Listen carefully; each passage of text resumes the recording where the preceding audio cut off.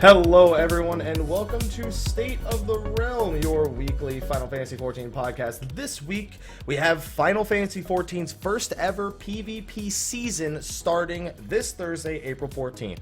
And we've got the lowdown on some of the changes that are going to be coming to that. On top of that, we want to talk about, well, low population servers and things we can do to improve the conditions on low population servers. We're not just here to make fun of them, but we'll talk about that a little bit later. I am one of your hosts, Michael, Mr. Happy Poperomo, and joining me, as per usual, you guys know him all too well, Sly, aka Slythefox, aka Sly, aka Greyfox, aka you, my boy Blue. How you doing this week, my good sir? It's always a good week when I have no extra. I was just thinking of one like as I was doing the introduction, and I decided, he's been good this week, so I'll just not no Sly lights, nothing to make fun of. I mean, I could find them if you want, but are you actually gonna like search for one? I can make it happen, if you really want me to. Then the Happy Information Network is strong. Oh, don't worry. Listen, Sly, they'll find it. You know what I could do? Somebody tweeted me a GIF of you the other day of you. It was I think it was Maiden Dart, where it was like when your team is about to win the game and the tank dies with 9 stacks of heavy metals. Oh yeah. And it was just like what the It was a great GIF. I kind of want to pull it up now just to be fair. I mean, I got to dig through like a lot of tweets to get to this. So we have some time. We have some time to actually talk about the things that are relevant to the show before I find it. But I will find it. And I will show everyone. So you're gonna search during the show for this? Yeah, I mean, what do I really do that's important to the show anyway, right? Like I'm just one of the two hosts. I mean, like honestly, you've done the show without me before. You could probably do it again, right? So there we go. Yeah, don't worry. You dodged a bullet last time. I'll give you a bullet to dodge another time at some point, though. Of course you will. All right. Yeah, well, it's not on purpose. It's okay. It's a little on purpose, but that's besides the point. Yeah. So we're actually going to start the show talking about patch 3.26, which a lot of people thought was going to be today, but Yoshi P confirmed it will be Thursday, April 14th, which falls in line. We talked a little bit about how PvP stuff mostly comes on Thursdays. 3.25 is an exception because it also had like the animal weapon and whatnot. You're done with yours, right? Yeah, but I'll be getting. I'm a week behind my lore weapon, so I'll get it tonight after. Are you still? So you are still going to get the lore weapon? Because I kind of want to. I figure since we're on the topic of that, a lot of people have been asking me if like you beat A5, right? Yeah. Yeah, you beat A5. You had a few subs. I remember Little telling me about that. You needed a sub or two that night. Mm-hmm. And on 6, you're still working on Blaster, right? Well, no, because here's the thing. Like until you get to A7 or I guess 3.3, probably even after 3.3, maybe the hunt will add like the dips to the hunt. Mm-hmm. It'll be 3.35 that adds the dips to the hunt. I don't know. But I wanted to know because obviously in 3.3 you're going to be able to customize the stats and you won't need materia and you won't need any sort of like Alexandrite. You'll still have to do a grind, but I was curious if you were still going to bother with that lore weapon. Obviously it's better for the now. But isn't there more? Couldn't you get better armor with the lore? And because the upgrade's going to be so minuscule with off stats versus like getting brand new armor pieces and whatnot. Right. Mainly, I am just because of what I promised before animal weapon. Like again, first real relic that I've taken. Like I've seen all the way through like every step so far. So I'm going to continue. I'm going to continue down this path and go and keep doing the steps that they bring to the table. Now, when it comes to respecing the stats, obviously I want crit. It has no crit. It's just skill, speed, and debt. And while the weapon damage is good, I mean, you're going to want to put weapon damage above stats, period. I still want some crit. So, but I mean, that kind of then goes back to the question, like, why are you finishing the lore weapon when you could probably buy some other stuff that's more useful? Why not? You already had the stuff to finish it. So yeah, but I mean, wouldn't you rather get something that else? Because do you really feel like you need the off stats on that lore weapon versus the animal weapon when that's 1,000 lore you could spend on something else? I've already spent the lore. Oh, so you already have the see? Yeah, I didn't realize. Yeah, you said you were a week behind. Spent. Okay. If the lore's already spent on tokens, then yeah, you might as well. It's just the gear. That's the only thing. Okay. Yeah. I thought that you said you were a week behind, meaning that you were like you still had a week worth of lore before you bought it. Okay, that makes that. See, now that it can't be undone, it's like, all right. Yeah. Now it makes a whole. You done fucked up, but yeah, it makes sense. I really don't feel like I fucked up, but I just kind of knew that I was gonna go towards the lore weapon. The animal weapon was just a sub for like a week until I got my lore weapon. That's a hell of a sub. It's like, okay, I'll use this for a week, and then I'll get my lore weapon and be happy. What about bard weapon, man? Get a bard weapon. Why not? You've been using bows in every other game you play lately. Like, why not? Oh, here we go. Did you have to bring this into the conversation? We'll save that for post-show. We'll save it for post-show. We'll save that for post-show. We'll talk about how I'm a bard in every other game but the game I'm actually, supposed to be a bard in. Yeah. No, if you're supposed to be a bard in 14, then you better start telling your raid group, because that's a lot different than being the Durgoon. No, we already have a bard. We're good. All right. So back onto the track of the PvP patch notes. Pull those up right now. So anyone who's looking to follow along, these were the notes that were posted on the official forums. Now, this probably isn't everything, but I think last time he posted it almost was everything. Yeah. So he gives us a few more specifics of some changes they're going to be making to the feast in patch 3.26 for the start of the season. Mm-hmm. And there's a few things here I agree with. There's one in particular I very much disagree with, and I think almost everyone knows what it is. Yeah. I can't wait till we discuss that. Now, I don't know about you, but when they added this 15% HP check into the feast in order to break casting interruption, I haven't broken a cast since they added that outside of using a silence. Like, it felt like way more than 15% at times that was needed in order to break these casts. And you as a Dragoon, you have pretty substantial bursts, so I don't know if it felt the same way to you. It's 50-50. It's 50-50. Just like most of your solo queue matches. 50-50. One team's gonna win. So they got some feedback regarding what they should do with that. And the thing I saw the most, and they are absolutely right, was the thing I saw the most, was you should reduce that damage threshold from 15 to 10%. Mm-hmm. They actually don't think that's the right idea, and instead they're going to be using some sort of really convoluted means of determining it, where it's based on your average item level. So either I-80 for the fold or I-150 for the feast, and it's about equivalent to 15% of your HP as if you had no vitality accessories. But is that really the right way to go, item level? Well, I think all they're really trying to do, I don't think that's necessarily their concern. I think they really just want people to not feel the need to stack vitality. But I don't know about you, but if I'm a healer and I've got 3 people on me, I'm still using vitality. Like, this doesn't really change. It just means that it's a lower threshold, ultimately. It still achieves the exact same thing. So, I don't know. I'm interested to see how it feels, because it's still an unknown at this point. I know how it feels to try and break a healer's healing when it's 15% of their max HP. Mm-hmm. This is a lot different, and I just don't think it's going to shy anyone away from using vitality accessories, because casters still want to stay alive as long as possible. Right. Yeah. I don't know about you, but at times I'm jealous of seeing the healers with 12k HP, and I'm just like, yeah, I'm not going to wear vid accessories as a ninja. Oh. You're a Dragoon, so you have closer to I think you have closer to 10.5k, something like that. Yeah, I'm still jealous of you too. So I guess I guess that's a start. But they're still looking for feedback on that. So do you have any feedback on that? As a melee who's always going for that healer? Not always. From the caster point of view, I don't see how they could balance this out, because once this happens, you're going to get a lot of healers who complain about it. Like, if it becomes too overbearing, then they're going to have to go back to the drawing board and say, well, what can we do now? And that's where I'm thinking this is going to go, and I don't know how we can alleviate it, how you can make both sides happy. One side's going to be pretty fucking pissed off either way.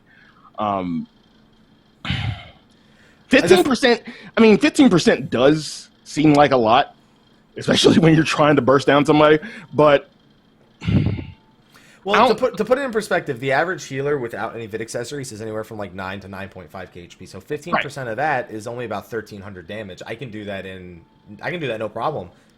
Like, I do that as single GCD most of the time. Right.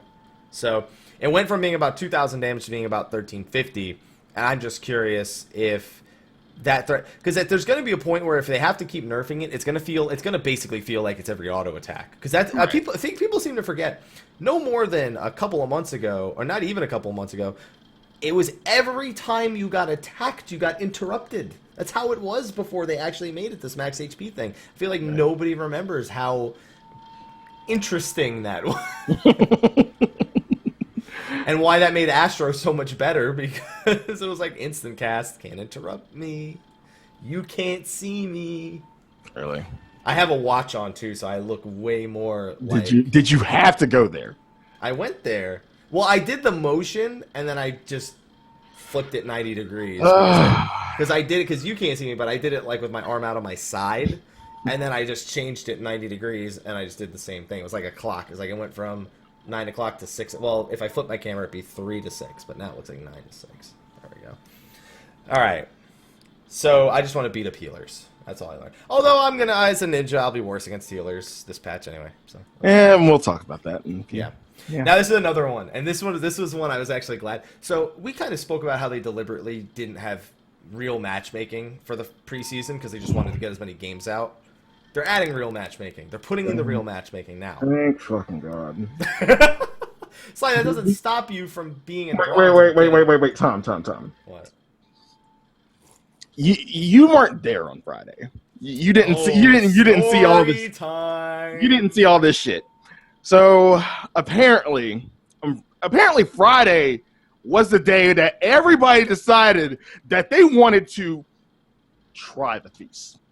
They wanted to try it. Like, out of all days, the feast has been out, what, 2 weeks? Even more than that now? Like, what, 2.5?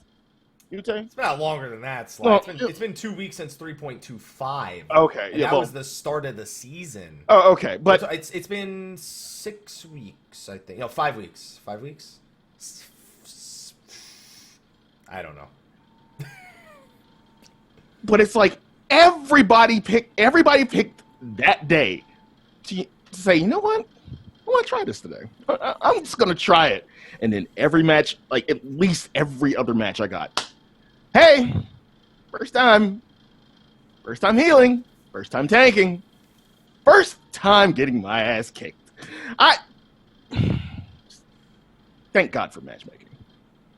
Thank fucking God. Sly, just because I hope you understand, it's not gonna matchmake you based on who's done it once and who's done it a million times. No, I know it's gonna match you based on how good you are. Yes. But if you're stuck in bronze and these people are unranked, they're still in your games. So you need to actually get into silver or gold before that stops happening. This is what I'm thinking, that it, like, all the bullshit is going to get weeded out. Like, I think with Thursday, all the bullshit will be weeded out. So the Care Bears will probably be a little bit weeded out. You still have some who, what's our plan? Get 20 SOs.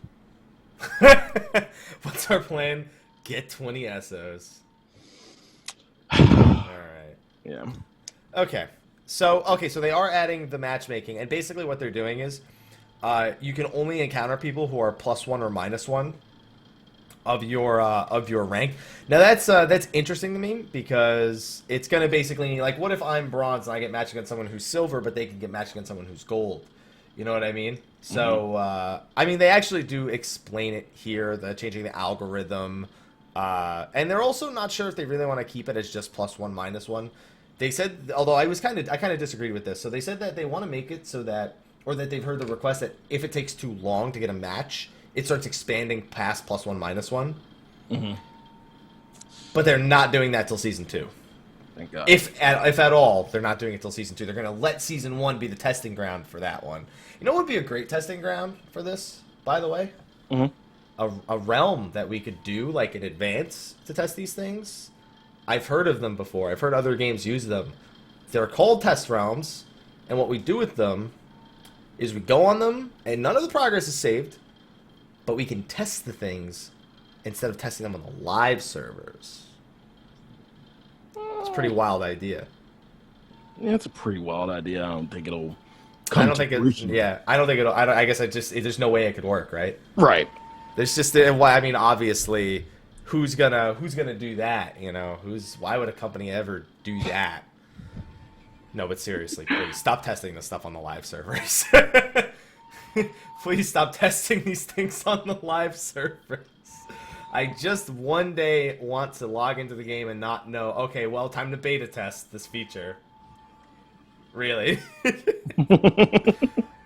So you think that your matchmaking's going to look better, Sly? You thinking you're going to get yourself into, like, silver gold and then get the fuck away from that problem you seem to be having? Silver, at least, yes. You think there's going to be enough people doing the feast where it's not a problem? Definitely. You think there will be enough people between gold and diamond to get decent queues?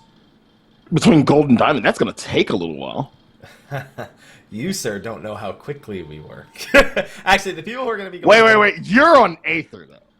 Yeah. I mean, it's going to be a data center. I'm not saying you run into us. I'm just saying. No. I'm just saying.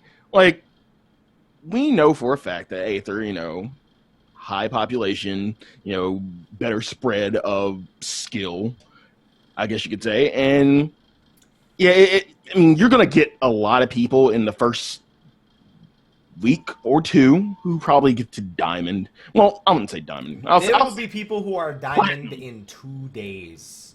The thing is, that's going to be in the light party queue, which we'll be talking about a little bit later. Also. Light party. I'm going solo. Now I'm speaking of the solo. See, solo. I've seen really good tanks. I've seen gold caliber DPS and tanks in solo queue. Mm-hmm. But it's rare. It's rare. The majority you're going to see in the upper tiers are healers, more than likely. It's easier for a healer. I think it's going to be tanks. I think you're going to see more often than not tanks, because as much as you can't have a bad healer in a match, it'll just end so quickly if you do. Yeah. I see tanks just completely take over games. I remember I did 3 matches in a row, and they were all paladins. They were all different paladins, and every single one of them, I will say, single-handedly carried the team. Not just because they knew exactly who to stun. They had all of the callouts. They had macros for every callout they did. This target is full swinged. A full swinging target in 5 seconds. Use burst on mark X. Because a lot of people don't know when full swing goes on in solo queue, which is the kill this person ability that tanks have. Right. A warrior with full swing too. Warrior, home gang, full swing. They just try to bait out one purify, and most people won't re-purify after that. So, right. It is really... I feel like tanks are going to be the people who get you to kill the enemy team, as opposed to the healers, which will make it so the match goes the full, however many minutes they're still planning on making the matches here. But I'm very confident that the tanks are going to be the ones that carry themselves to the higher ranks the fastest. I don't know. I feel like between tanks and healers have an easier carry. Like, they're the ones more often than not to carry a match. It's rare that I've seen a tank do what you said, have the macros, have the call outs, and actually use their words. It's healers who hard carry everything, in my opinion. I guess we'll have to see, because there are some job-specific changes to healers that's going to make their lives a little bit tougher. On top of the fact that their casting interruptions are going to be a little bit easier to achieve, there are going to be some changes to healing balance, or to what the healers are capable of doing, specifically White Mage. So we'll have to kind of discuss that and compare that to the way that things are weighing in favor, because currently the meta heavily favors White Mage and Astro, and we may see a shift in that for healers. I think all 3 healers are going to be pretty equal, but we'll get to that after we talk about the heavy metal buff, which is getting changed again. All right. Heavy metals is probably the funny... As a ninja, it is by far the funniest debuff. You don't know how much I love getting 9 stacks and hiding. The thing is, I can't do the 9 stack and hide thing if I'm streaming, because teams will, out of frustration, go to my stream and find me. Yeah. Even if I walk around, they'll figure... I'm not moving very fast, so they'll find me. Oh, you get a lot of screen watchers. Yeah. I could say everything that we're about to do. Oh. Okay. Right. It's funny, because now when I stream, if I'm with a team, they'll actually type it just for that reason. And then we'll discuss it during the match, but before the match starts, we'll actually type it just to make sure that does not happen. Right. But heavy metals is getting pulled back a little bit. In total now, there's going to be 10 stacks. of heavy metals. Right. And you get this when you're at 250, which was the maximum for 9 stacks before, but each stack is 12% instead of 15%. So basically, per level of heavy metals, it's 3% less. So by the 9th stack, you're at a total of like 27 less percentage of damage, which is a pretty big deal. Only having 108% versus the 135% it was before. Yeah. Because I don't know about you, when you play against some really high quality light party teams and they can do 15,000 damage in about 3 seconds worth of time, you dread being a 9-stack tank. You're never like, I'm a tank. You see them all the time. Yeah. It's scary. It's really scary. It doesn't matter what job you are. As soon as you're in that landscape, having heavy metal stacks is a very scary, scary thing to have to deal with.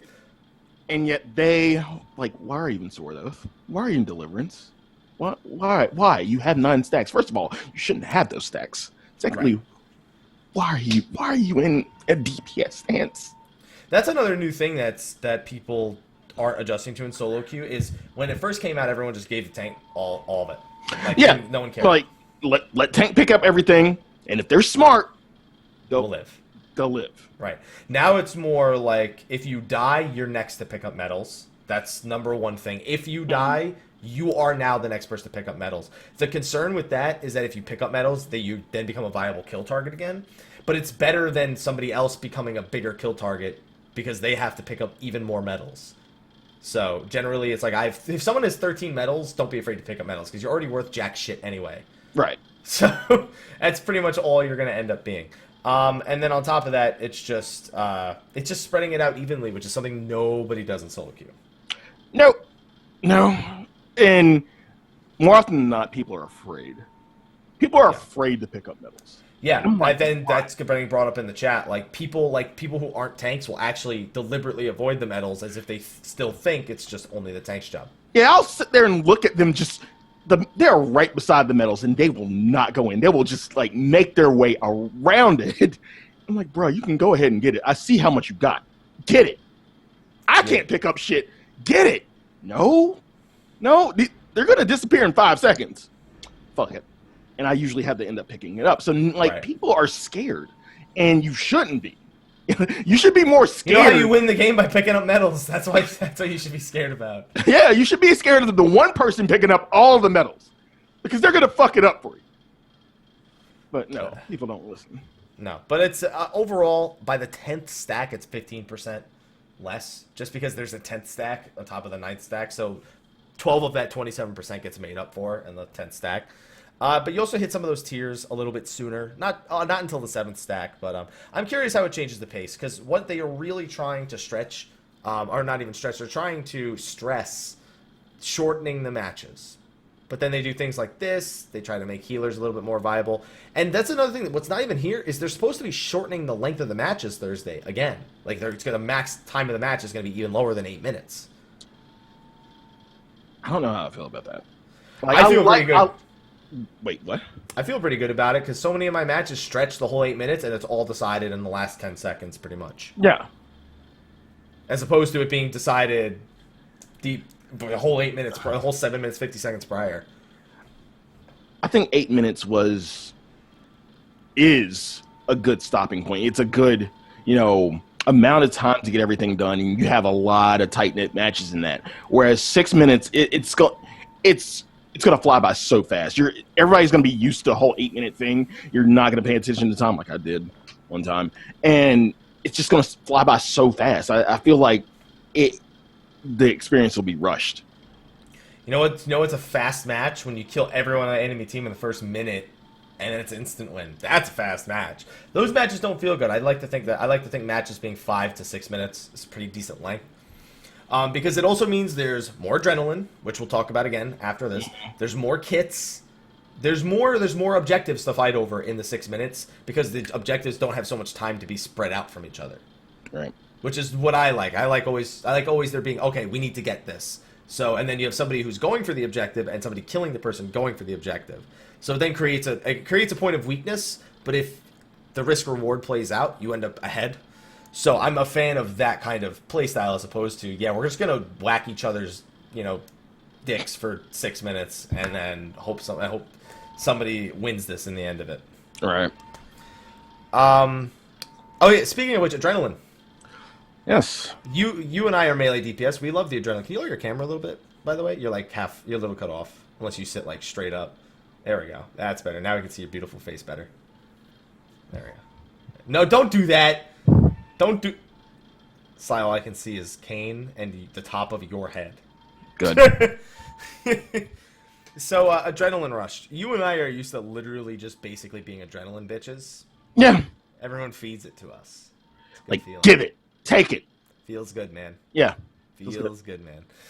Well, that's probably still going to be the case, if not even more so, because now they're making it so that adrenaline just generates the entire fight.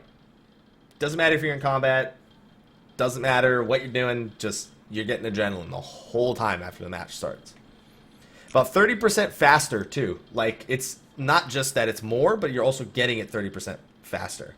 I don't know if they wanted to eliminate the need for the mid adrenaline. I mean, they want basically more than, like I said, you know how I said everything's decided in the last 10 seconds? That's usually because everyone has adrenaline at that point. Mm-hmm. And it's, if you stun their adrenaline and kill someone with your adrenaline, it's usually the game. And what they're trying to do is make it so it doesn't just come down to the last 10 seconds, and there's adrenaline usage. There's smart adrenaline usage at more than just the very end of the game, pretty much. Right. Which I'm a fan of. In 8v8 matches, it's just going to be for the sake of insanity, because it's going to generate twice as fast. It's literally going to, like, you're going to have adrenaline, like, every minute and a half in 8-man, or, like, every minute to minute and a half in 8-man. It's going to be insane, the amount of LBs that you're going to see in 8-man. So, I mean, that's... I don't even know. Like, I just want to blow people up at this point. I'm looking forward to this.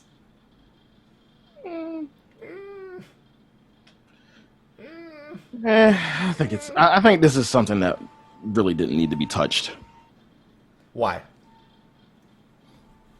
With the current rate of adrenaline building up, you already see people saving it for the last 10 seconds. I mean, it's not going to really change anything. The strat's still going to be the same. You know, if I can win the game at 3 minutes in because the only person we haven't killed is the tank, and we have 2 adrenalines, the ranged and the melee one, you can be damn well sure I'm not saving it for the last 10 seconds of the match. But what if you kill without it? Why try to kill without it when I have it? Why would I sit there and say, let me not use this tool? Again, this is kind of another thing that feels like they're rushing everything. They're rushing the matches. They're shortening the time. They're giving you all the tools to make it a quick and easy win. I mean, which a lot of people want, and that's fine. But they don't want it to be a quick and easy win. They want it so what a lot of people don't seem to understand. What's going to happen at some point is people are going to test this. They're going to sit in a match for however long and determine the exact length of time to determine how long the adrenaline takes without any sort of boost from the middle. And at that point, it's all about counterplay. Like when we see the melee pick up the LB mid, we pretty much always just say, don't stun him until he goes to use it. And as soon as he goes to use it, stun him. It's gone. It's half gone. He's wasted the entire thing he got out of the mid. It's going to be a lot more of that counterplay and a lot more of making sure that your other team doesn't have that level of counterplay sooner in the match. There's thought that goes into the... in solo queue, it's a shit show. Like, I completely agree.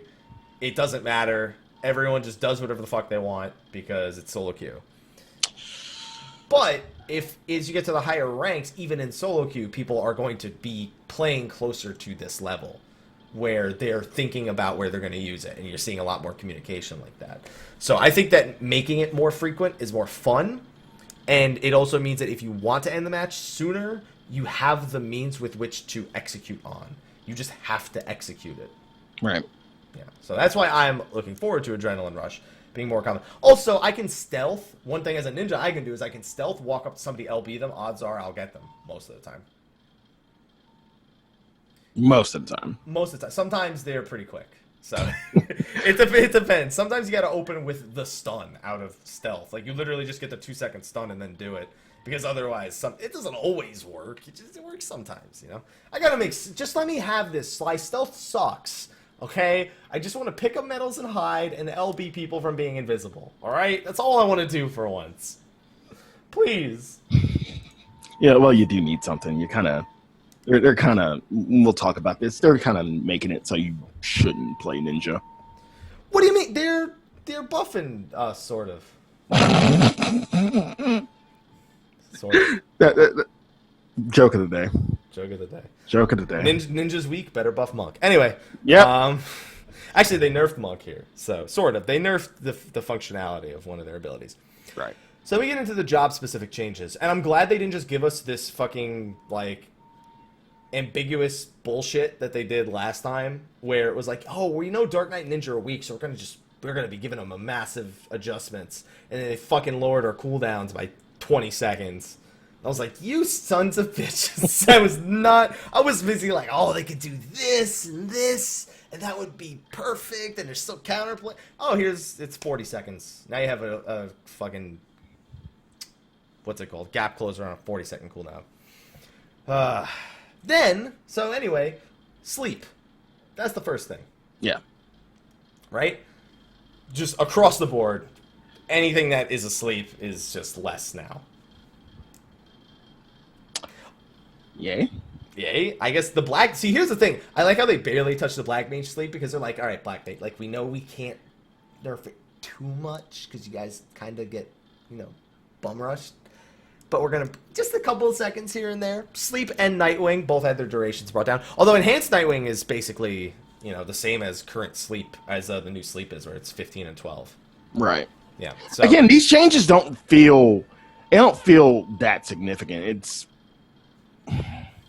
It's not even noticeable in my opinion. When you really look at the numbers, it's like it's a 3-second change. Which 3 seconds is a lot of time, but in the grand scheme of things, the bigger thing is when when you reduce the initial cooldown by that much, the goal is to try and get people to not feel the need to use Purify, more so than it is to try and literally make it less useful. Because look at it this way: 15 seconds cut in half for DR is it's still 7.5 seconds. 12 cut in half is 6, so you lost a second and a half there. That's not as bad as losing the 3, and then you only lose another 0.75 seconds after that, because for every time you hit DR, also the amount that it was changed is reduced too. So, by the way, the most confusing thing about this line for players with sleep resistance, please start calling it diminishing returns on the forums. Don't call it sleep resistance, because ever since they put this shit out there, people have been asking me if sleep resistance materia works. And for some reason, there's still PvP materia out there that doesn't do anything. And they still keep putting materia slots in the new PvP gear. I guess that's so in case people want to use it in PvE. It's not entirely useless. But, like... I do when I do dailies and shit, but that's Stop putting materia slots in the PvP gear, making people think the PvP gear does something, then calling it sleep resistance on the forums. Or make the PvP gear work again. Those are your choices. Like, do something with it. Like, sorry I hit the microphone. But just do something with it, please. I can't handle people asking me about PvP material. It's just like, it's there and it's useless. Like, that's all there is to it. And it's just, please, that's it. Oh, man. What else? Oh, and then White Mage's Sleep. Now, White Mage's Sleep got slaughtered compared to the Black Mage's Sleep. It got slaughtered comparatively. It got cut from 15 to 8. That's 7 seconds off of it. That's almost half the duration. And then, of course, with DR, it's 842. So, that's a lot. See, the thing is, they actually hit the nail on the head. The combo that kills is Fluid Aura into Repose. Because you're knocked back, you're bound, and then you're slept. And they didn't want to hit Fluid Aura, which, by the way, is the more annoying skill. Fuck that skill. That is the more annoying skill than Sleep, in my opinion. But they at least identified that. But I feel like they went from one extreme to another with this. Like yeah, you're right. The combo was a bit overpowered, but to nerf it that much? I think the thing is, if you look at the other two healers, White Mage has them beat on just every plane when it comes to CC. I think that's why they brought it down more so. You look at Scholar.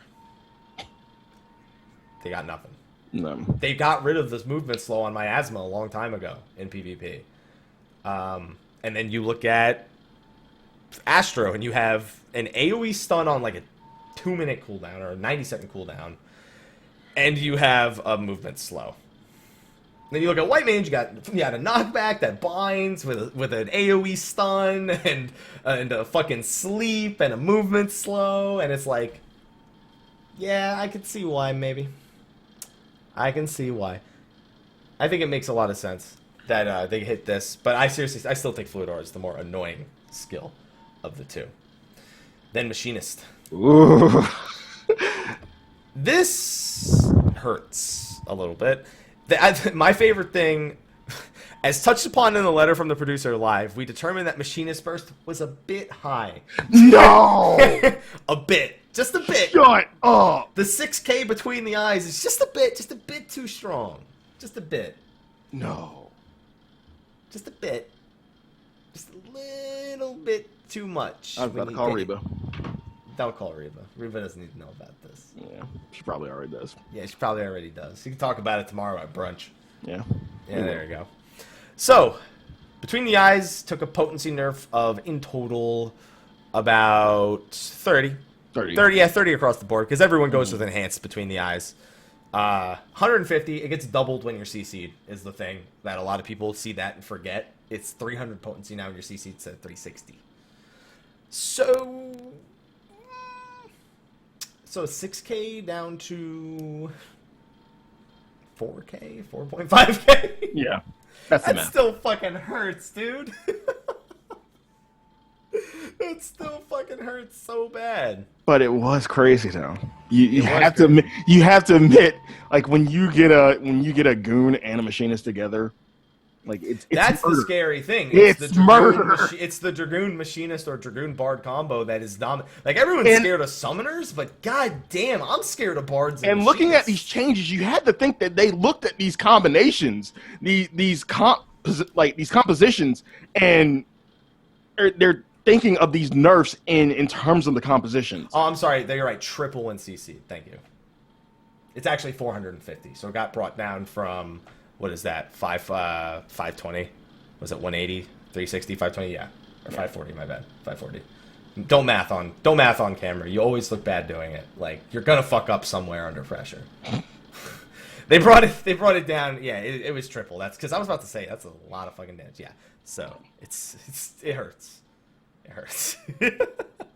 Yeah, I'm kind of glad. Although I'm surprised they actually only hit Machinist, because I still think Bard's Burst is just as scary as pre-nerf Between the Eyes. It can be. It can be. The thing is, Between the Eyes is one skill, whereas Bards generally need to line up the Barrage, Imperial Arrow, Sidewinder, Bloodletter, all those like literally back to back with the Misery's End at the end. Mm-hmm. Man, that's rough. I'm glad. I don't think this will be the last we see of Machinist and Bard changes. And I still think Black Mage they're going to do something in, like, I don't know what it is yet, but I think Black Mage is going to see some buffs at this point. Because I've seen good Black Mages. I think they're so few and far between, though. Mm-hmm. Oh, man. Then Dark Knight. This was one of the two jobs. I call this the worst job in PvP. I don't know if I still feel that way after the changes, but I also don't know if my mind has been changed. The absolute worst? The absolute worst, like lower than Ninja, like way lower than Ninja pre-buffs. They literally did nothing useful prior to this. Like, you could win with them. Don't get me wrong, you can win, but compared to the other two, you pretty much look like a paladin in patch 3.0 trying to do fucking Savage Coil. Like the way the community would treat paladins back then, even though a paladin could do it and do it fine. That's pretty much the same way Dark Knight gets treated in PvP at this point. So, they said, fuck it. We're going to identify them. We're going to give them an identity. We're going to make it so that they are the counter initiation. So now, Dark Arts had its recast time reduced from 5 to 3 seconds in PvP and PvE. Which, from what I've been told, actually isn't in any way a buff to their PvE output, just because of their MP restraints. Mm-hmm. So it's just a small quality of life thing in case you like accidentally hit a skill right before like a big buster or something. Right. Tar Pit had its potency increased by 50% pretty much when enhanced. And Well, I guess when enhanced compared to its base bounty, it got buffed by 60 in its enhanced form, which you should be enhancing, by the way. Right. Its recast time got cut, and when it's enhanced, it got cut again by a whole minute when enhanced. And then its HP absorption got moved from, when it's enhanced, 40% to 200%. So 200% of the damage you deal will heal you. So that now makes Dark Knights a little bit more interesting, because this is a huge amount of burst, and it is also a huge amount of sustain. Now, I don't know how hard it hits, but it's a magical attack. So it then also factors in magic defense instead of physical defense, and magic attacks always deal more damage than physical attacks. So that's a lot of health. I'm anticipating that that's probably close to a full heal from like 25% HP if you hit all 4. So you think with that change, you're going to see a lot more Dark Knights? I think that's not the change that's going to do it, but I think that change now makes Dark Knights closer to Warriors' terms of sustain, because Equilibrium is unmatchable. It is absolutely unmatchable, and this does not actually put it on par, but it's closer. With Soul Eater spam, with this, I do expect to see Dark Knights survive things a little better. It's just it's once every minute and a half. If the matches are brought down to 6 minutes, you get 4 of those a match. Like 4, or I guess, yeah, 4 of those a match. So we'll have to see if that's enough when you get 6 Equilibriums match, pretty much. Then Carnal Chill. This was what I thought was interesting. 1 minute cooldown now when enhanced. Absolutely enhanced the skill. And it now reduces the damage of anyone you hit with it by 60% when enhanced. So that 6k between the eyes, reduced by 60% if Please you're enhance under this this. effect. Please, if you don't enhance this, you're no better than you were before the patch. Because that's crazy.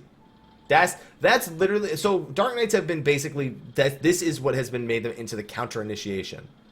Like, if somebody jumps on your healer, this is what you do to them. Yeah. You buy them 6 seconds of time, 60% less damage taken, and then you beat the shit out of them while they're there. I like that change. I like that they're trying to give it... I actually still don't think that's enough, though. I think that those 6 seconds do not make up for all the time you don't have this skill. Whereas when you're a paladin or a warrior, you're always useful for something. Every minute of that match, you are doing something very useful. I am not convinced that this is enough. It might be. It's something. It's something. It might be, but I don't know how many teams are going to deliberately bring a Dark Knight to counter-engage when a team jumps on you. Like, why do that when you could just kill the enemy team in the first place and win the match way quicker? Because once this 6 seconds is done, you still got to deal with them. They know you're going to use this skill. They're not going to fall for it. I don't know. I don't think it's enough to bring Dark Knight into the forefront of PvP. It might, but it's yet to be seen. But if you increase it further, it's just going to get too OP. I don't think it's Carnal Chill that needs to be affected. I think that... You see, this goes back to Dark Knight by design being focused on getting parries when they're never the fucking target in PvP. Their stun resets on parry, or has a chance to reset on parry. They have a damage reduction skill on parry. 2 skills that they will never see in PvP because no one's attacking them. That's kind of annoying. That is like one of their major PvP strengths, and it's one they don't get to use because it's a parry-only reset. I just want to see more. I want to see something more for them. I want to see Dark Arts do more in PvP. Make it a really core skill, more so than it already is. Thing you have to understand is first season. This is the first season. A lot of this stuff. The first season is the test ground. Like, I feel preseason was pretty much pre-tested. I was just gonna say, yeah, give us a test realm. Preseason was the test, and now that season. Here's the thing: when it comes to PvP, every match is a test. There's never a set formula where you figured everything out. But there are some things where it's very clear, and there are some things where it's kind of like, is this too strong? Is it not? I think we're going to see them still clearly the lowest picked tank of the 3. Side note: do you think they'll make changes in the middle of the season? They should, because you don't want to literally go 3.5 months with a job not being useful. That's not the way Square Enix operates, however, because they like to make big changes over a long period of time, right? As opposed to making several small changes that are less tested over, like, every couple of weeks. So, I don't know if it's enough. I'm hoping it is, but I mean, Dark Knights, just do it, just win, just please prove us wrong, prove me wrong. I want you to win. And now we get to the point where I start getting pissed. So Warrior had its Storm's Eye HP recovery decrease removed for PvP only. Granted, I completely forgot the skill even did that, because it's been so long since it's been useful that, like, it kind of just, I left my mind. The problem was they then extended this to my ninja, which now also doesn't have that effect anymore on Dancing Edge. Which is a really roundabout way of saying, hey, ninja, we know you need help. We're going to take this away first, but then we're going to give you Fetter Ward finally. I'm very happy to have Fetter Ward. Okay. I'm very happy. But there's a big old but at the end of this. But go ahead. Did we have to lose something in the process? Just because Warrior lost it, let's just take it away from Ninja too. Realistically, it's probably the right thing to do. That doesn't mean I have to be happy about it. Why couldn't that just be Ninja's thing? Why couldn't healing reduction just be one of my thing? Like, I do it. There's only one person it does anything to anyway. Right. So it's like, sadness. I like how it says, ninjas, like warriors, possess a strong advantage in prolonged engagements. You, sir, have never played ninja in PvP. That's a damn lie. That's a damn lie if I've ever seen one. So... Wait. The key words are prolonged engagements. Since when is any ninja engagement prolonged? When you can't, when you suck compared to the other two melee, it's either really short because you die, or it's really short because you actually killed them in a trick attack. And when I read this, I'm like, ninja, like, I've never had a prolonged engagement. It lasts about, what, 5 seconds at the most? Well, and then they bitch out. And then they the thing is, it feels that way because we didn't have Fetter Ward, and it's like, I'm gonna and I'm knocked back and slept and fuck you. All right, right. It felt that way, but with Fetter Ward, I mean, just kill him faster. Done deal. That's it. We got it. I got my wish. I got Fetter Ward. I said I wanted Fetter Ward. That's what they gave me. You got a thing.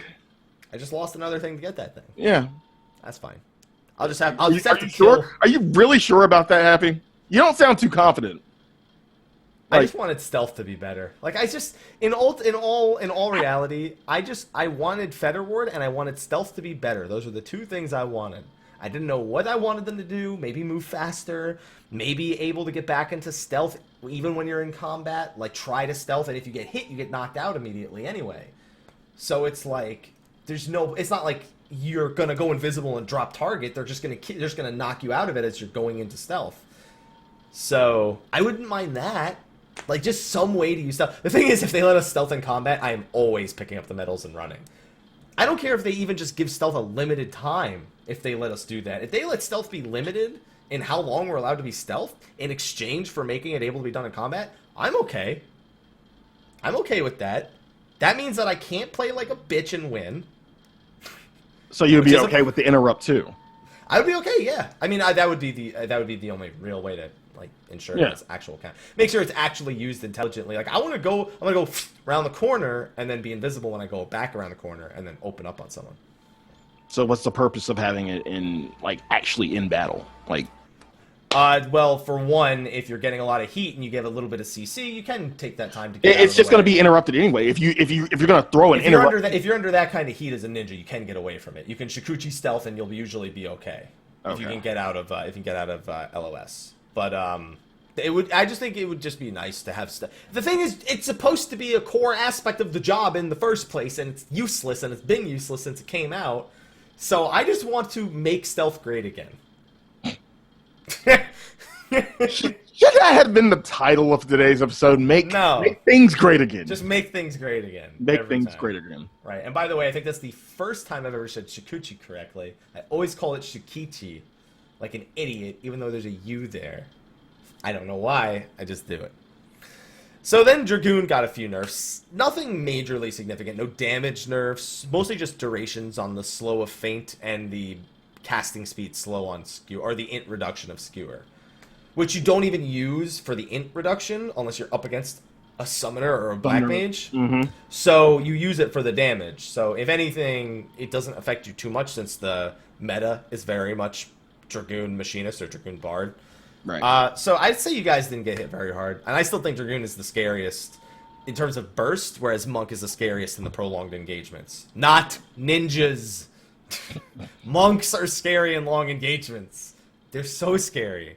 And they reverted the change they made back in 2.3. You know what change that was? Ether Flow, back before 2.3, you could remove with one Elm Punch. And they took that ability away. Now they're putting it back. Now it can be dispelled by one Elm Punch. Or, I'm sorry, cannot be dispelled with one Elm. Cannot be dispelled with one Elm Punch again. I got that backwards the whole time. Yeah. So that brings Scholars up, Summoners and Scholars up in the meta a little bit. As if they weren't already. Scholar is definitely low tier in the meta.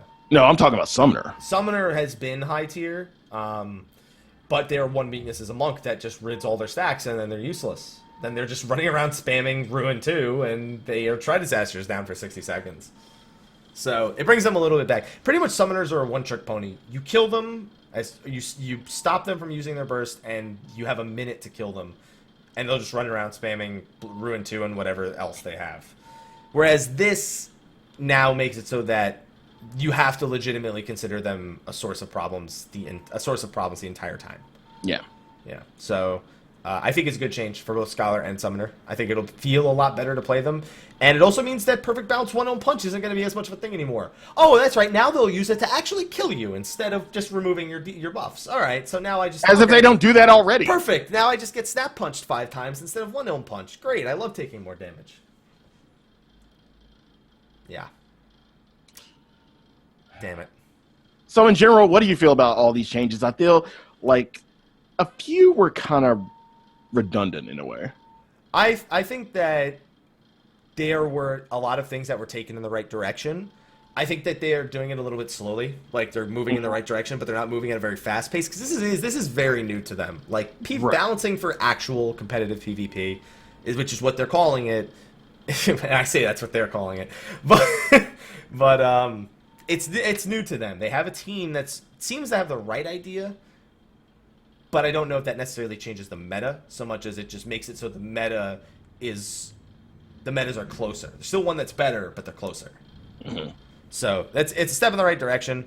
And with Season 1 starting on Thursday, they needed something. Ultimately, they needed something. We got it. You know what else we got? Maybe if it's not the something that you wanted.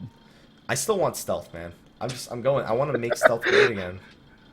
I want to make it was never great, so I can't even say great again. I want to make it good for once again.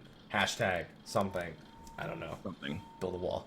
Anyway, and then another thing. So it's not actually in this notes, but as I said, the season starts Thursday. Right. Another big topic was light party rewards. The fear of win trading. We got the verdict. There will be seasonal rewards for light parties. Yay! Now you can actually get shit from light party. Now you have a reason to do it, Sly. Yes. Yeah. I still gotta make a squad, but yes, I have a reason to do it. Well, that's even actually... though I'm still gonna do solo. Yeah, and that's actually what I wanted to talk about, because they didn't say the rewards were going to be the same. They said they will let us know later in the season what the rewards will be, and that they will make it so that they are sufficient to promote the competitive nature of light party. Meaning solo's still gonna have better rewards. That's what it sounds like to me too. Because here's the thing with light party: even though you can only queue in as a group of 4. You still rank up as if it's solo queue. Everyone has their own ranking. You don't have a team ranking. So you can't reward a team as if they were a team. You can maybe reward the top 4 Give them the people who are the top 4, whatever it might be. Give them all a trophy, and then maybe give the top 40 that. Even if they're not on the same team, it's still the idea that you're working together in a party as opposed to solo. But let's be honest, there are going to be a lot of quote-unquote teams out there. There are going to be a lot of quote-unquote teams, and there's just going to be people who need someone to queue with, and that's all they want to do. Right. And then there's also the question of, what is the reward? Is the reward even going to be the same? Is it even going to be a trophy? Is it even going to be the headpiece? Is it even going to be the body piece? And this uncertainty of what they're going to do is not very good, because then people don't know if they want to do it, and you're going to have a lot of people who end up waiting to hear what the rewards are going to be, and at the end of the season, trying to get their rank up to get it in the end. I think the reward will fit the challenge. Again, that's why I'm saying that the solo rewards are just still going to be better, because it's solo. It's a challenge. Like going up. It's a challenge not knowing who these other 3 people are. Not knowing who the fuck you are and what the fuck you're going to do. It's a challenge. Whereas if you queue up with somebody, it softens the blow a little. It softens the blow a little. So I feel like there'll be decent rewards, but just not this stuff you're gonna get out of solo. That's just a different monster. I think the trophy is gonna be reserved for solo queue, the first place trophy. Yeah. Which is, I have friends who are, I have a lot of friends who are, say they're all competing against each other to get that trophy. People who are in Diamond, like as of this patch right now. So they're really all going to be going for it hardcore. And it's going to be interesting to see how they balance doing solo queue versus light party, because the rate at which you rank up is faster now also, but you can also only get a point for a win. So it's going to be a lot of unknowns. This is obviously not everything that we're going to be seeing on the patch, but it's probably about 90% of it, plus like some bug fixes, I imagine. So overall though, season starts this Thursday. I'm going to be playing on Ether. I know you're going to be playing on Primal. So next week, when we come together, we will be talking about our experience and how high of a rank we are at this point. The thing is, I am probably still going to lean towards light party, but I know that's what I thought. That's what I thought you would. So almost no solo, or you're going to do a little bit of solo? No, I'm definitely going to do some solo. What's going to end up happening likely is a lot of the link shells, instead of like just queuing solo and hoping people are playing, they literally just try to arrange times where like the entire link shell is queuing and everyone just fucking tries to kill each other, pretty much. So they try to all coordinate making the queues faster, not for like winning purposes or griefing purposes, just for the sake of ensuring they're not queuing at some baller ass time where there's nobody, where it's like 6 a.m. and there's like nobody on Ether that's queuing at that point, because normal people are at work or at school or not up at 6 a.m. trying to play PvP. So we'll see what that happens, because that's a much different dynamic than it sounds like Primal has. You sure about that? I'm mostly sure. I did say Ether. Okay. I did say Ether. But you still sure about that? I'm pretty sure. I've tried queuing in the mornings. It is not as good. Solo queue is generally a better queue no matter what time of day it is. Light party is a disaster if you do it at 6 a.m. Hell, any is a disaster if you try to do it late at fucking night. That depends. In my experience, as it gets darker outside, the parties get danker. The parties get even danker, and it just goes down. As the moon rises. As the moon rises, the skill level lowers. As the moon rises, it casts a deeper and deeper shadow. Yeah. That's what I've experienced. It's like afternoon will be so good, and then it gets darker, and it gets later, and it gets later, and people just don't give a shit anymore. And yeah. Oh, man. All right. So that's it for PvP. Hopefully you guys are going to be doing it on Thursday. I don't know if you know this, Sly. I actually have an event going on Thursday. Ooh. Did you know that? I did not. Senpai is going to sponsor a stream on Thursday. For PvP. Bruh. Bruh. Bruh. Bruh. Damn it. No. I'm not on Ether. God damn it. Sly's like, I want to show up to this event and beat his ass. Yep, I sure do. I sure do. Sly, let's be honest, you would lose. Anyway, Don't make me make a character on Ether. What are you gonna make a character on Ether and then get it to 60 and then get it PvP ready before Thursday? I ain't got that kind of time. Exactly. Exactly. All right. So this week, well, here on the show, if I'm known happy for one thing, it's he loves to rag on Slyh a lot. I love Slyh. I love all 8 of the people on Slyh. See, there we go. I stopped. I did too. No, you still fuck with Mateus. That's bullshit. Yeah, I just shifted to another server because we did the stat. We have the numbers. Mateus is at the bottom. So I left Slyh alone. There's a new one. There's a new bottom bitch. Sorry, Mateus. Yeah, and what I say about Slyh is bad. You just called Mateus the bottom bitch of Final Fantasy XIV. The numbers are there. I'm sorry. There's statistics that prove it. Anyone on Mateus, I'm sorry, but you didn't start at the bottom, but you're there now. So, as of recent, and a lot of you probably have noticed already, Happy's taken it upon himself to start a new campaign, so to speak. So, Happy, why don't you tell us about hashtag Make Slyh Great Again? So, hashtag Make Slyh Great Again is an idea that I presented to the subs for our weekly subscriber event. I said, make a free company on Slyh. Everyone in the stream does it, sub or not, and we all just, make link shells, make free companies, and we all level up on Slyh. All the way to 60. All the way to 60. Now, how many people are a part of this free company? I don't know, because people have been inviting while I've been offline. I gave some people invite privileges. I had to hit 25 and join a grand company, which was really easy with all the EXP buffs that they've given. And I know that I have on my friends list since joining Slyh, like 130 people on my friends list. There's 88 in the free company. Our link shell had somewhere close to like 100 and something. Yeah. And I know that there's at least over 120 characters that were made that day. Probably more, because even today while I was playing Dark Souls 3, people were asking for a free company invite in the stream. So you doubled the population. That's my one for today. That's my one. No, I said there were 8 people, so if we have 88 in the free company slide, that's 11 times. I give them more credit. I'm sorry. You say 8. I said at least, Odin. Okay. Yeah. I doubled their population then, okay. Yeah, you doubled their population. I give them more credit. And that's still, it's still, I know they have more people than that, maybe, I hope. But, yeah, I give them more credit. They're not the bottom bitch. But, yeah, how's your experience been on Slyh? What have you noticed about the general community on Slyh? I've noticed that it's pretty fucking nice on Slyh. It is pretty fucking nice on that server. That's like the most general way I can put it. It's just a nice place to be. So, all in all, the low population experience, would you actually... See, I can't even ask that of you. It would be so unfair to ask, would you give up a high pop experience to go to a... Okay.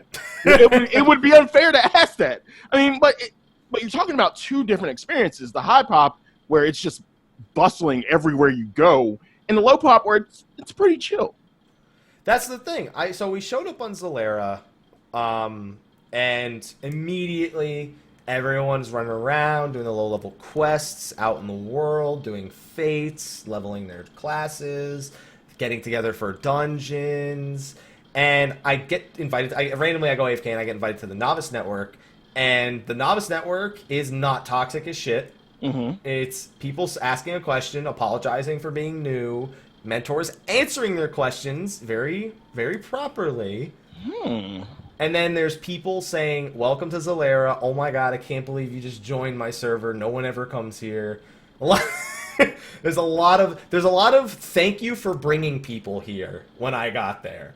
And even like invites to social link shells that people just go around and invite new players to social link shells and say, hey, we have this link shell, there's X amount of people, you should join it. This isn't a high pop server, so we just try to stick together.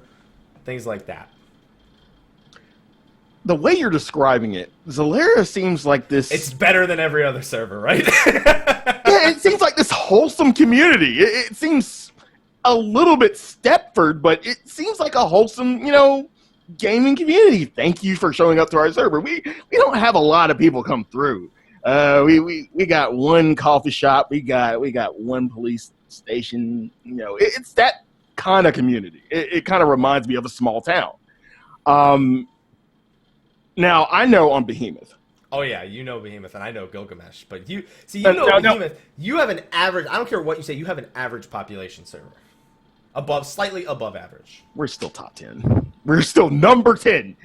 We don't know that. Numbers could have changed since we saw that. Really? They could have changed. For the better. Or worse. Or other servers could have gotten more people. True. But like Solera. Now I know with Behemoth, Behemoth runs like it's like a Eastern U.S. bar. Shit kind of tapers off at 2. Like last call for any raids or any fucking dailies, 1:45. At 2, you're not going to see a lot of activity in the PF. You're not even going to see a lot of activity, period. Is there kind of like a cutoff time with Slytherin where everything dies down, or is it just like that in general? I wouldn't know, because here's the thing. When you're on a brand new server with 100 other people and you're all saplings above your head, it's really easy to look like there's a lot, like it's easy to get shit done, right? The average new player on Slytherin probably has the similar experience to what they have on Gilgamesh when using the Duty Finder, because Gilgamesh is in the Ether block along with Balmung. Like, they have a lot of high pop servers to pull from within the Duty Finder. Self-server made parties, though, seemed quite limited. Like, the Party Finder, the day I got there, one Party Finder. There was at one point there was no. What 0. time was this? This was at 1 in the afternoon Pacific. On a Sunday. Well, it is Sunday. So they're not at church, Sly. They're home playing video games. Okay? I mean, still, like, during the weekend, and I noticed this on high pop servers, on medium pop servers, during the weekend, not a lot of people are on, so what you see normally during the week is going to get, like, pretty much cut in half on the weekends, especially on Sundays. I don't know about that. Most people are kind of home. I think Sunday is probably the day that you are likely to see least, because it's the day where people are kind of switching out of weekend mode, and so there's more prep for the rest of the week. Whereas Saturday is, oh dude, it's fucking Saturday. That's it, man. But really, I feel like Sunday is the day that you see the people who haven't done anything during the week try to get shit done on Sunday. Like they'll do a void arc, or they'll do whatever dailies they have to do. They'll try to catch up on tomes if they need to. But that's not a lot of people. A lot of people probably have all their like weekly shit done at least by Wednesday or Thursday. But what I'm saying is with Slytherin, there isn't a taper off time. It's just never popping in the first place. It's everyone. There are people on, but they're not people that are in the Party Finder, and they're not people that are necessarily raiding. They are just people being on to be a part of a community. If anything, it reminds me of Final Fantasy XI, where I would log on and there were people who never touched content, and they only logged in to sit in town and chat. Sometimes join together for something that's really simple or casual to do. That's what it feels like Slytherin. If that's how Slytherin felt to me when I was there, especially when I had people who were regulars of Slytherin who were happy to be a part of the community there. I would say that Slytherin, see, the thing is, I can never say I recommend Slytherin, because a lot of people end up getting there and they may not mind getting up to 60, but the level 60 aspect of Slytherin is not its strong point. But the people there are. I think that is the assessment to make. The people there are the strength of Slytherin. Not because they're good players, some of them are, some of them probably not, like any other server, but because they're more appreciative of what they have because they're on a lower pop server. And you bring up a good point, because when I first started this game, what you're talking about with the people on Slytherin is what the general consensus was of the game. It's whenever I talked to somebody about the game, whenever I read on forums, it was welcoming. generally speaking, we as a community, like we appreciate community. We appreciate our community, right? For the most part. For the most part. But then you and I went to servers where there are more people and they are more competitive. Yeah. And we see the other side of it. You know, we see the people who hate everyone and everything and are gonna fucking troll the shit out of you. Pretty much. Over and over again. Whereas, here's the thing. If you do that content less, you're less likely to see it. Right. That's hence why Slyh sees it less. Mm-hmm. Just by statistics. I think it is pretty much, now I kind of see why, even though like we see these parts of the community that aren't necessarily that great. I have a feeling a lot of the servers like Diablos, like Leviathan, like Mateus, they probably have similar communities, and if these communities are the people who are speaking out saying the communities are great, if these are the majority of the people paying and playing the game, then I can see why people say it more than I experience it. Now, one thing you always seem to mention when you mention Behemoth, since you're on Hollywood fucking Greg. RMT. How is it for you? Oh, there's so many on Slyh. There's so many. So many. Oh, God. My blacklist is... It's going from one extreme to the next. Let's just say I don't there's get a any blacklist RMT on macro. fucking Greg. Now I'm on Zalera. Blacklist almost. There's a blacklist macro. It's /blacklist. What's it called? Greater than R, less than. I'm sorry, it's less than R, greater than, basically. That will blacklist the last person who sent you a message at the push of a button. Get it. Get that macro. Because even though... Zalera's got some RMTs there. I don't know why anyone's buying Gil on Zalera. Like, I don't understand why. Because yeah, why bother with the low... I'm sorry, B-list add R. My bad. Right. Or, no, see, I don't like to do /busy because people send me tells. Like, normal people that aren't trying to sell me Gil. Or power leveling services. Handiwork guaranteed. So, yeah. That's where I go with that one. So, through all you've said about Zalera, all the good that you've seen of it, do you think maybe we should look at like what low pop servers like Zalera, like Mateus, have created instead of looking at what they don't have? Yeah, I mean, I pretty much think that there's no point in dissing low pop servers anymore. I don't even want server merges anymore for those servers. At this point, it's got to come down to you either want to be on that server to be a part of its community or you want to raid. If you can get both, great, but it's hard. So you have to understand you're going into a place that does not have a big population of people willing to go into the endgame raids. You have to be someone who wants to just be part of a community at that point. I never thought I'd hear Happy go back on him saying, I want server merges. No, I never thought I'd hear that. No, I don't think that. I think that will ruin Zalera. If Zalera and Mateus merged, I think it would ruin both servers. I think it would ruin whatever server got to keep their name. I don't think it would be two communities. I don't know what to say. I don't think it would know what to say. I don't think it would be two communities bonding. I think it's two communities look at each other and goes, oh shit, there's a lot more people now, let's try to raid, and then they're just fucking hate each other by the end of it. I really don't know what to say. I think Zalera has changed. No, you can say make Zalera great again.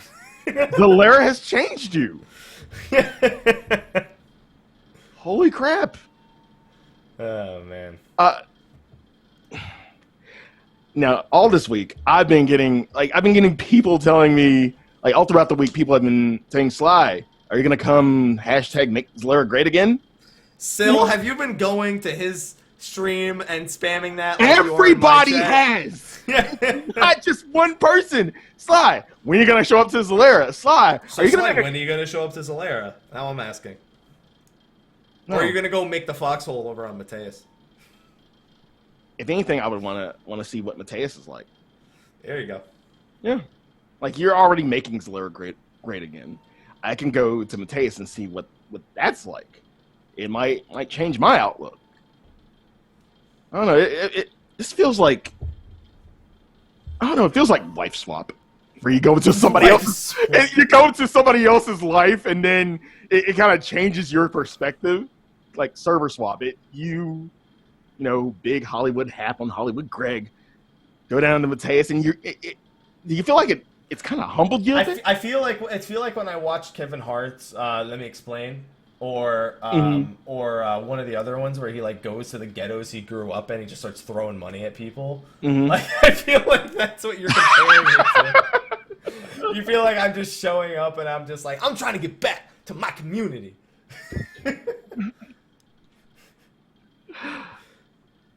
Shout out to Kevin Hart, by the way. Clearly he needs it on State of the Realm. Oh, man. No, he said wife swap. You said wife swap, didn't you? Not life swap? Yes, yeah, no, he said wife swap. Yeah. He didn't have a lisp. No. So, all right, so are you going to do it? Are you going to do Mateus? Are you going to come to Zalair? You got to make a choice. I want to do Mateus. Oh, that was the best thing on Zalair. I saw an A rank up for 2 hours. And then I finally helped kill it as a level 11.